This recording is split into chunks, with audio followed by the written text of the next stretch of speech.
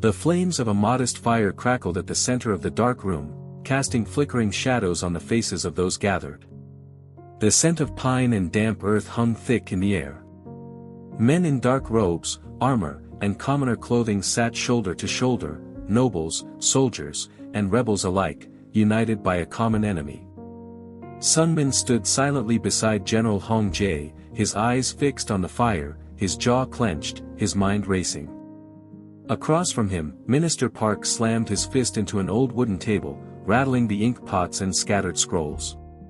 "That snake, Jin Suk," he spat, voice low and bitter.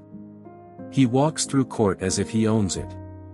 As if he weren't once groveling at the feet of nobles just to shine their shoes." The other men nodded, muttering in agreement. "Does he truly think he can crown his daughter as the next queen?" someone else asked, incredulous. "He even dares to disrespect Sun Min." "That's because he doesn't know who he is," Minister Park said darkly. "He's drunk on power. Thinks his gold and King Jiang's favor can rewrite history. However, I'm certain he was the one pulling the strings from the beginning. It was his hands that lit the fire that burned the former royal family to ashes." Hong Jae's voice cut through the murmurs like a blade. "And now, I suspect he's trafficking our people." A heavy silence fell. He continued, eyes cold. "Word in the lower districts says dozens have gone missing. Entire families. Disappearing overnight. There's talk they're being smuggled across the border to the Yin Empire, traded like cattle. All under Minister Jin's watch. And no one dares speak, because he's protected by King Jiang." "Disgusting," someone whispered. Sun Min finally looked up, the firelight dancing in his eyes. His voice was low, but laced with fury. "He was always dangerous. Even during my father's reign. I saw it. That sly smile. Those quiet whispers in the corridors. My father, although didn't trust him, called him a necessary evil because of how business skills. He helped forge trade alliances with several kingdoms, but he underestimated him. And now," he took a breath. "Now, that evil rules the court." "Do you really believe King Jiang knew what he was doing?" asked Minister Park. "I believe," Sun Min said slowly, "that Jin Suk handed him the throne, and demanded blood in return. My family's blood. They were both in on it together." No one spoke. The pain in his voice was too raw, too real. Then he turned, facing the circle of men. "After Ji Yun's wedding," he said, his voice rising with conviction, "we begin our agenda. No more whispers. No more waiting. This kingdom will rise again, but not under King Jiang. And not under the filth that is Minister Jin Suk." Cheers erupted quietly among the men, nods of agreement passed around like wildfire. But even as Sun Min stood tall, his heart beat unsteadily. He remembered Haru's words, that foreboding prophecy laced in quiet warning. "Tread carefully, or you will lose the most important thing to you in the end." He pushed the memory away. No. He couldn't afford doubt. Not now. Not when revenge was so close he could taste it. But deep down, behind the fire in his eyes, was the shadow of a question. Was Haru right? The stench of rot and desperation clung to the cold, damp air like a second skin. The flickering torches lining the stone walls gave off a faint, sputtering light that barely reached the iron bars of the cages lining both sides of the corridor. Moans. Whimpers. Soft cries from the young and the broken. Minister Jin Suk walked slowly through the darkness, his boots echoing against the stone floor. The heavy silence parted with every step he took, each movement commanding both fear and obedience. Children huddled in corners. Women held their loved ones. The young, the old, dirty, bruised, trembling behind rusted bars. He paused in front of one small cage. Inside, a frail little girl sobbed, her cheeks streaked with tears and grime. Her arms were like twigs, her ribs visible beneath a thin, torn tunic. Jin Suk tilted his head, frowning as if her misery offended him. She won't fetch much, he muttered to the guard beside him. Sickly little thing. Get rid of her if she doesn't improve by the next moon. He moved on without a second glance. In the next cell, a young man lay still, his skin pale, his lips blue. Jin-suk scoffed. Another waste. Dispose of the body, he said coldly. We're not running a graveyard. A woman, heavily pregnant and bruised, crawled toward the bars as he passed. Her voice cracked with desperation. Please, please, let me go. My husband, he's searching for me. I'm carrying his child. Jin-suk didn't even slow. He turned to her, eyes narrowed. One more word, he said, his voice low and deadly, and I'll kill the child inside you before it even sees the light of day. The woman recoiled, sobbing. He walked on. But as he reached the end of the corridor, his mind turned, twisting, bitter, with thoughts of Sungmin and Haru. Sungmin, who had dared to challenge him in open court. And Haru, with his cursed foresight, daring to say the future he built would never come to pass. His fingers curled into fists. Arrogant fools, he muttered. I will crush them both. No one will stand in my way. Just then, Jin-moo entered the dungeon, his expression uneasy. Things are getting complicated, he said quietly, glancing at the cages. Jin-suk gave him a sharp look. Let them get complicated. Min Seo will become crown princess. I've spilled too much blood for anything less. He turned to the guards. Shut them up, he barked. The crying, it's beginning to annoy me. And prepare the shipment. Half of them leave for the Een Empire at dawn. The guards bowed and moved quickly, silencing the cries and dragging selected prisoners from their cages. As Jin-suk prepared to leave, another guard rushed in, breathless. My lord, the assassin, the one sent after Jialmi, he's awake. Jin-suk's eyes narrowed. Take me to him. Inside a dark room, the assassin lay propped up on a thin mattress, his face pale but alert. Sweat gleamed on his forehead, but his eyes, wild and fearful, snapped up as Jin-suk entered.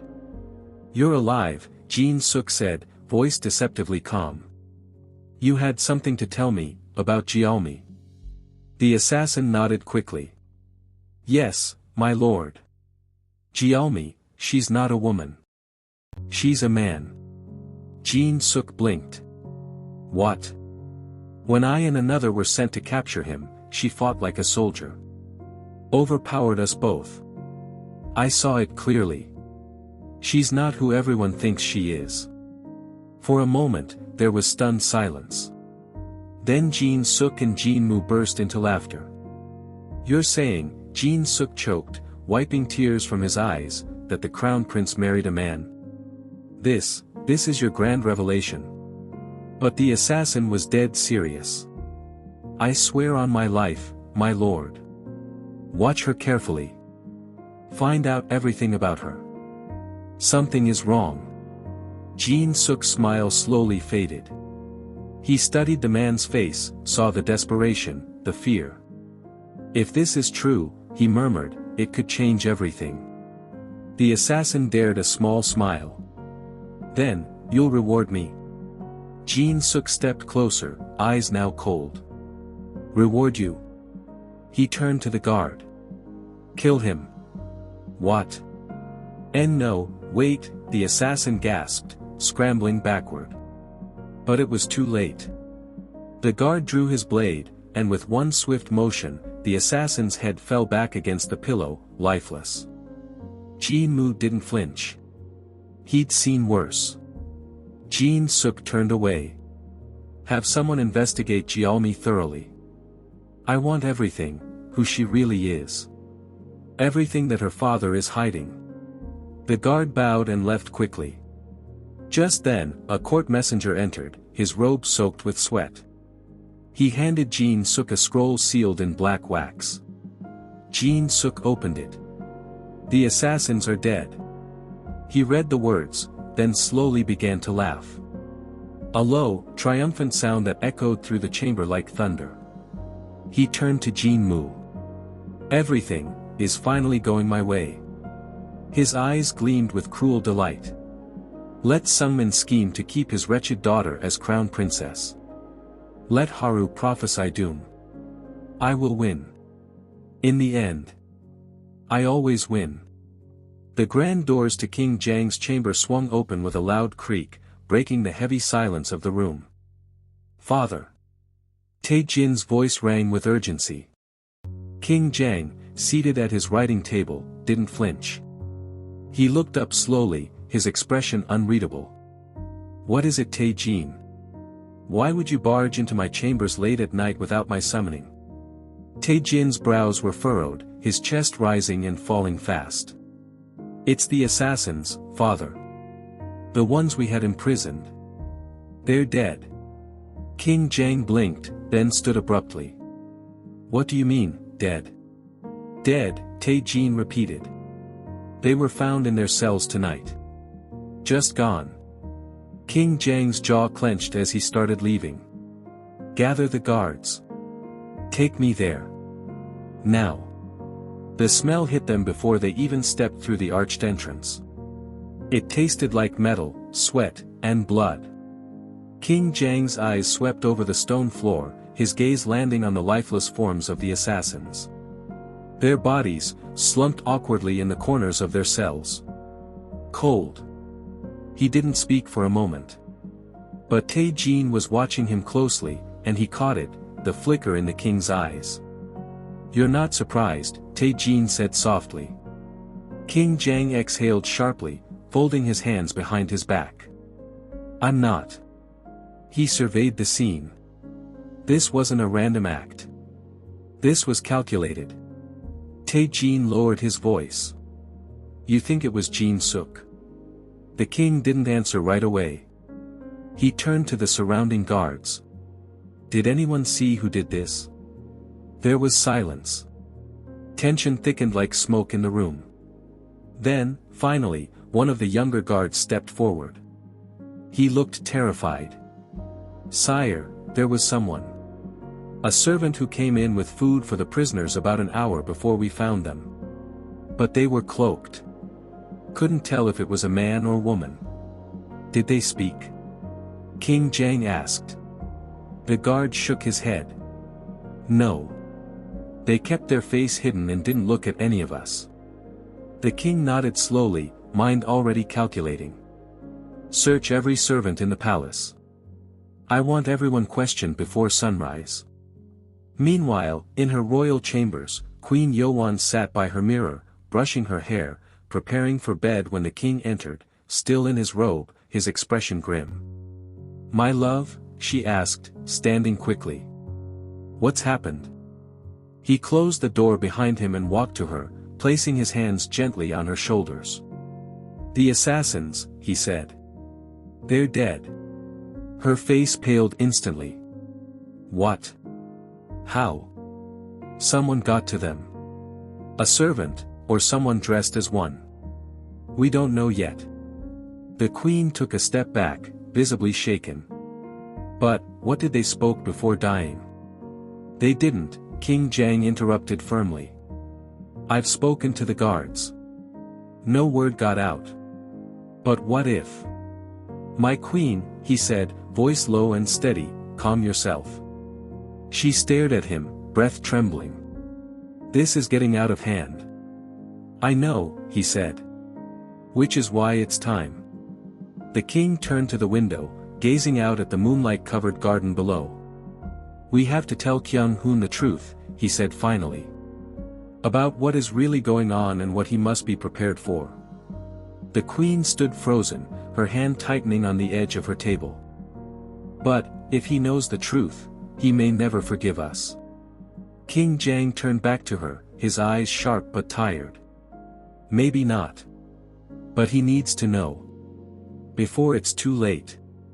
Meanwhile, Kyung-hoon paced near the window, his mind pondering what to do with the guards stationed outside his door. Their spears gleamed under the torchlight, their stance stiff, alert. He clenched his jaw in frustration. How was he supposed to sneak past them to see Ji Yun? There has to be a way, he thought. Just one opening. One distraction. Before he could hatch a plan, the door creaked open behind him. "Your Highness," a soft voice said. He turned sharply to see a maid bowing low. "Their Majesties are here to see you." Kyung-hoon's brow furrowed. At this hour? Before he could protest, his parents entered, King Jang and Queen Yeowa, regal as ever, but heavy with something unspoken. Kyung-hoon's expression darkened. "To what do I owe the honor?" The king didn't waste time. "The assassins. They're dead." Kyung-hoon froze. "What? Poisoned or silenced?" "We don't know yet. But we do know who did it." King Jang's voice was low, tired. "Jin Suk." The prince's stomach twisted. "You're certain?" "Certain enough," the queen answered, folding her hands tightly. "If we keep defying him," the king added, "he won't hesitate to do worse." Kyung-hoon's fists curled. "Then let's expose him. Take this to the ministers. To the people." "It's not that simple," the queen cut in. "He has too much power. Too many ears." The king took a deep breath. "Which is why we're going to ask a favor of you. If you agree, it's the only way you'll be able to peacefully marry Jialmi." That made Kyung-hoon snap his head up. "What?" The queen moved closer. "Please, Kyung-hoon. You must understand, this is bigger than just." "No," his voice rose. "No, I won't agree to anything until you tell me why you're both so afraid of Minister Jin Suk. What does he have over you? What does he know?" His parents hesitated. "You want my cooperation?" Kyung-hoon said coldly. "Then give me the truth. All of it." The room went quiet. Finally, King Jang turned and walked to the window, staring into the night. "It began, a long time ago. Many years ago. I was 16, the king began, voice distant. And Jin Suk was just a 12-year-old boy. A street rat. Orphan. Barefoot. He used to shine shoes for nobles outside the court gates. But he was charming. Quick with words. Smarter than he let on. And ambitious. I liked him," the king confessed.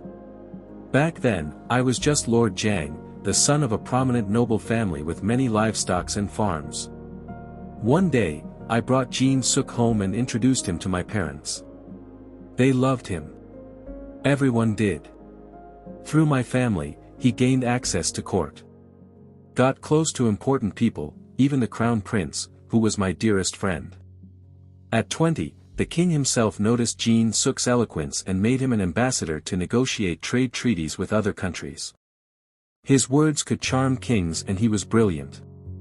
The queen added softly, "He brought in gold. Trade. Treaties with other nations. The kingdom praised him and the king rewarded with wealth.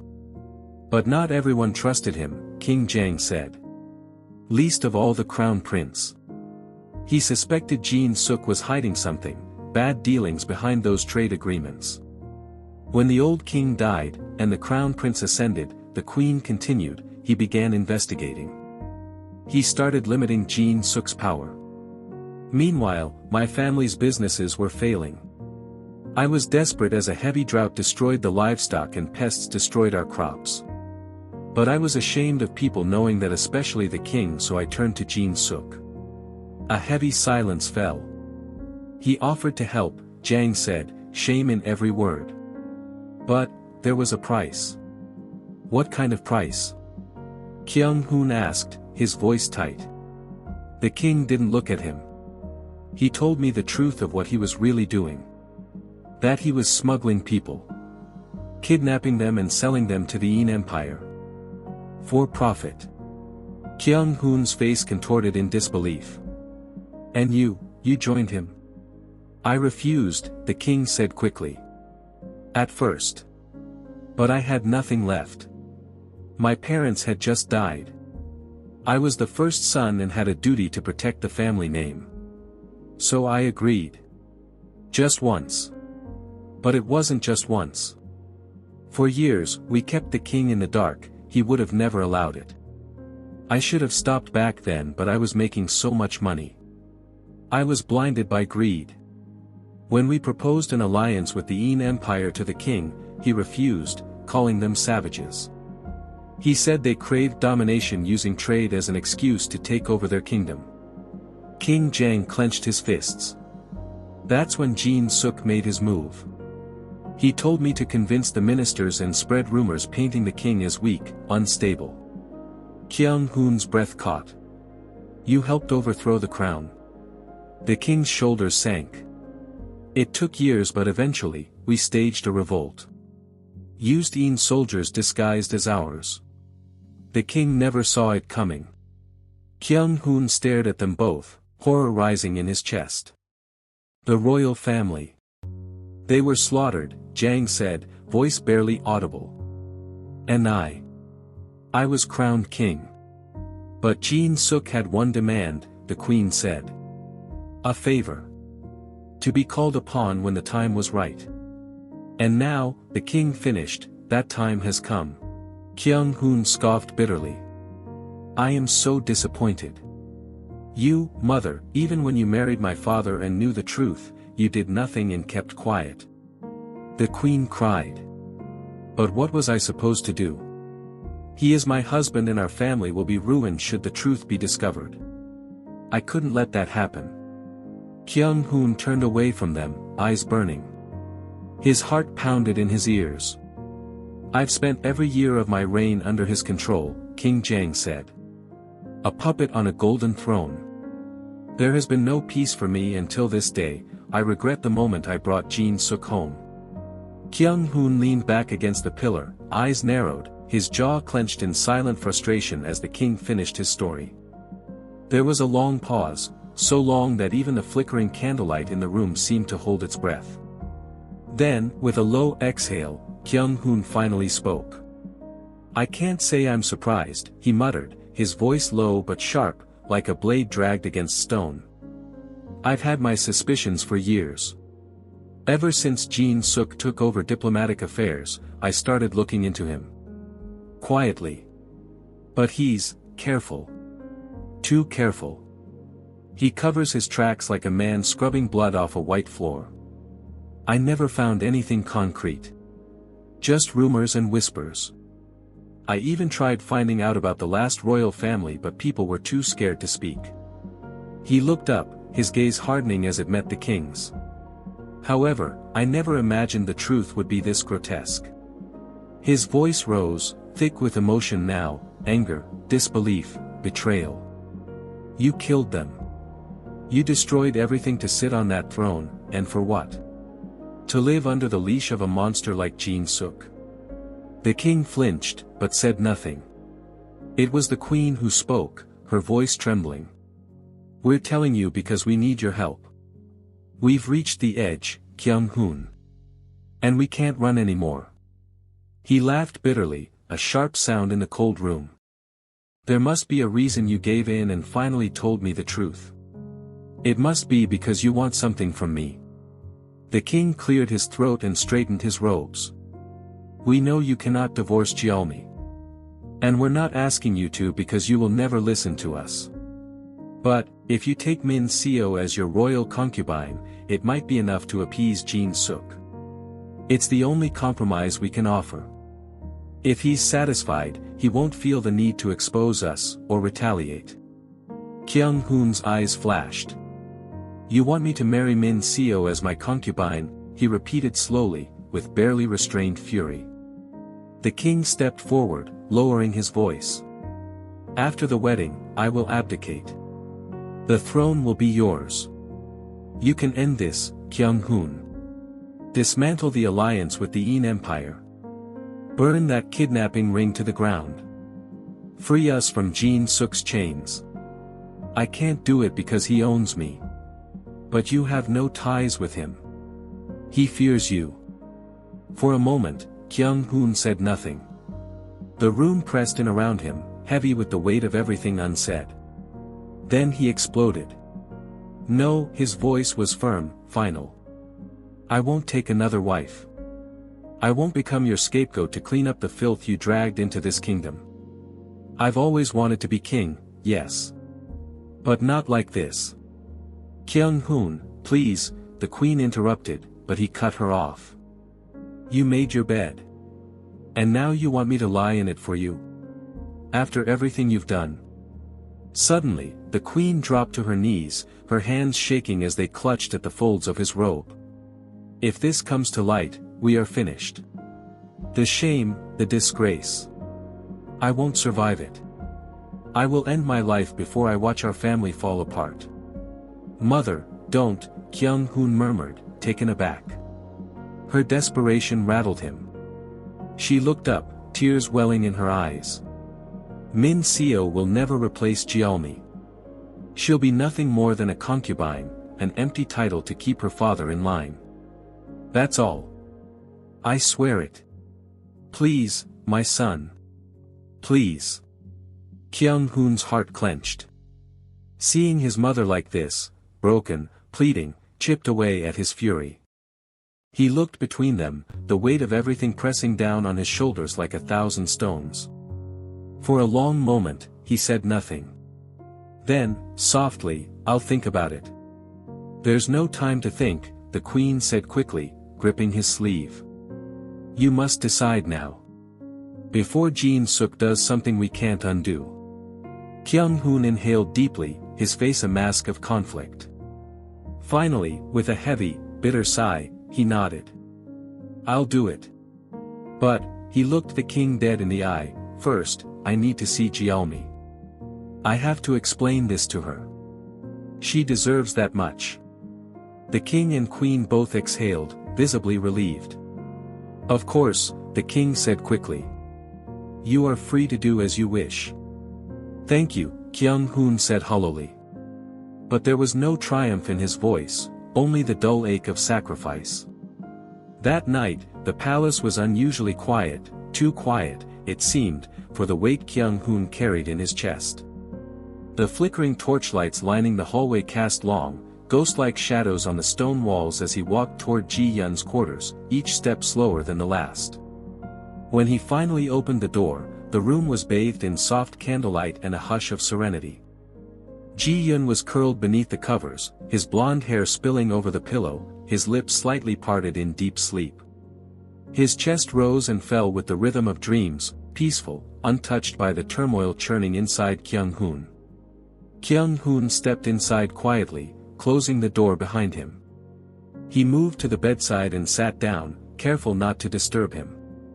For a while, he just watched the way Ji-yun's hand clutched lightly at the blanket, how the moonlight slipped through the window and danced across his features. So calm. So trusting. Kyung-hoon's shoulders trembled under the weight of the choice he had made. He knew in his bones, that what he was about to do would hurt Ji-yun. The pain in his heart came not from fear, but from guilt. Because no matter how good his intentions were, it wouldn't stop the betrayal from cutting deep. He reached out, brushing a loose strand of hair from Ji-yun's forehead. His voice was a whisper, almost like a prayer. I'm so sorry. But I'll fix this. I swear to you, Ji-yun. I'll make it right. I'll tear down everything they built on lies. Just hold on. The next morning, Ji-yun stirred beneath the sheets, stretching slightly. His eyes blinked open, and then widened with surprise when he saw Kyung-hoon sitting right beside him. Ah! You scared me, Ji-yun said, rubbing his eyes and sitting up. When did you come in? Last night, Kyung-hoon replied, a soft smile on his lips. I couldn't sleep, so I came here. I just wanted to be near you. I stayed and watched over you. Ji-yun chuckled sleepily, leaning back against the headboard.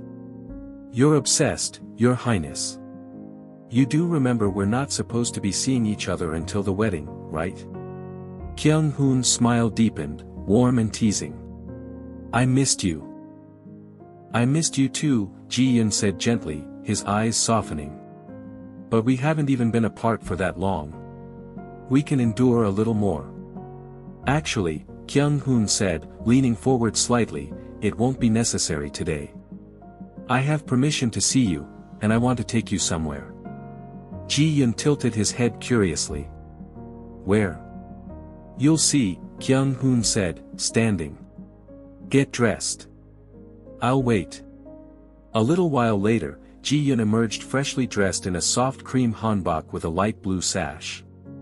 He looked effortlessly radiant, and Kyung-hoon, who had also changed into a simple golden hanbok, couldn't help smiling as he led him out through the palace corridors, down the steps, and into a carriage waiting outside. Ji-yun glanced at him with an amused smile. Are you ever going to tell me where we're going? Nope, Kyung-hoon said, grinning. You will find out eventually. The ride was peaceful, the outside world rushing past in a blur of colors, market stalls, quiet streets, and finally, open fields. The carriage came to a stop in front of a modest building with white walls and a garden where laughter filled the air. It was an orphanage.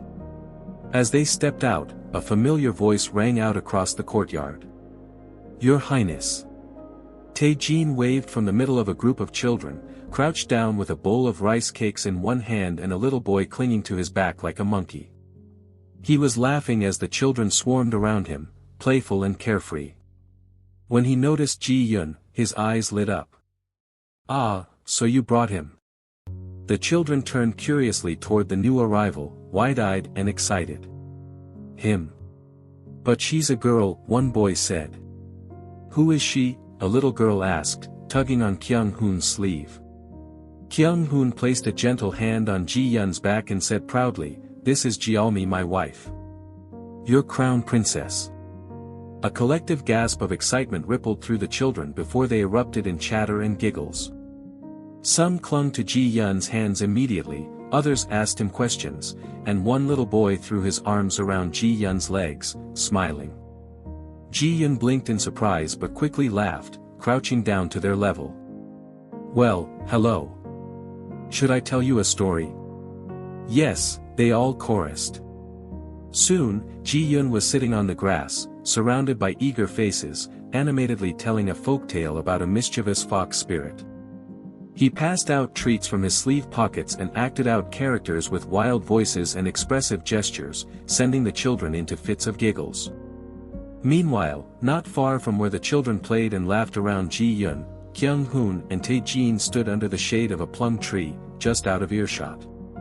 The sound of joy from the orphanage carried in the breeze, but between the two men, the atmosphere was heavy. Kyung-hoon let out a slow breath and looked down at the dirt path between them. The king and queen told me everything last night, he said quietly. About the abductions, the secret alliance with the Ean Empire, and what they did to the late royal family. Father and Jin Suk were responsible for destroying them. They killed every last one. Tae-jin's expression darkened instantly. I knew it. I knew they were hiding something that terrible, he growled, his fists clenching at his sides. We've been digging into Minister Jin Suk for years, always hitting walls, always a step too late. And now, just like that, the whole truth spills out from the king and queen's mouths. They covered their tracks too well, Kyung-hoon said, his voice tinged with bitterness.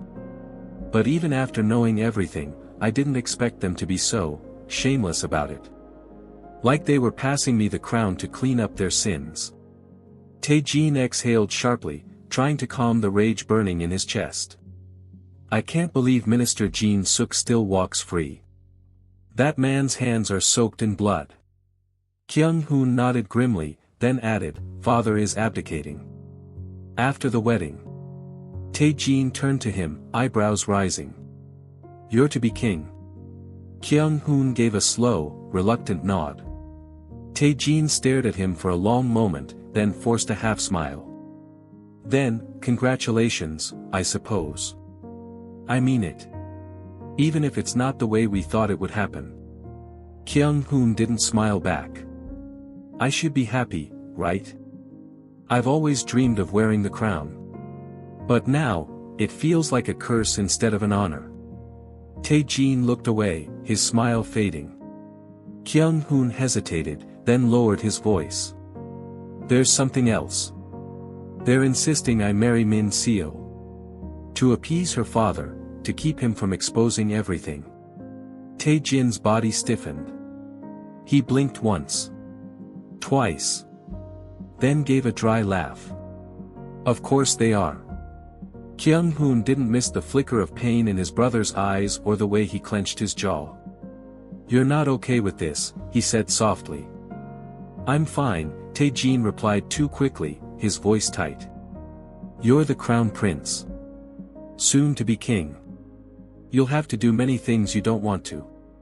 For the sake of the throne. Kyung-hoon studied him but said nothing as Tae-jin turned his gaze back toward Ji-yeon, who was laughing as a child tugged on his sleeve. How are you going to tell him? He asked, voice quieter now. Kyung-hoon sighed deeply. That's why I brought him here. I needed today. I needed this moment with him, before everything changes. He turned to leave but paused. Wish me luck. Tae-jin didn't speak. He only nodded, then looked away, blinking back something that stung far deeper than he wanted to admit. No matter how hard he tried to push it aside, the ache in his chest remained as he thought of Min Seo marrying his brother. Kyung-hoon found Ji-yeon still surrounded by children, gently braiding a little girl's hair as she hummed. Then some other girls, admiring Ji-yeon's hair, started playing with it. He watched them for a moment, then walked over with a soft smile. Ji-yeon, would you take a walk with me? Ji-yeon looked up, surprised but pleased. Of course. They strolled side by side through the orphanage garden, the air scented with blooming jasmine and newly turned earth. The garden was simple, a patch of green carved lovingly by human hands, flowers in mismatched rows, stepping stones cracked but well trodden, a little fountain trickling in the center. I had this place built a few years ago, Kyung-hoon said, his voice gentle. For children whose parents went missing in the border conflicts. And the ones whose families vanished under suspicious circumstances. Ji-yeon looked at him, admiration and warmth in his eyes. They're lucky. You gave them a home. Kyung-hoon smiled faintly. They gave me something, too. A reminder of who I want to be. Of what I'm fighting for. But Ji-yeon's gaze lingered on him. There's something else, isn't there? Kyung-hoon's steps slowed. He turned to him, his expression now pained. There is, he admitted. Ji-yeon's heart sank. What is it? Kyung-hoon looked down, then met Ji-yeon's eyes. I'm taking Min Seo as a second wife. The words hit like ice water. Ji-yeon froze, stunned. For a moment, he couldn't even breathe. What? He whispered, disbelief thick in his voice. You're what? Kyung-hoon reached for him, but Ji-yeon took a step back, trembling. The moment shattered around them like glass. Thanks for watching. Like, share and subscribe to the channel for more episodes.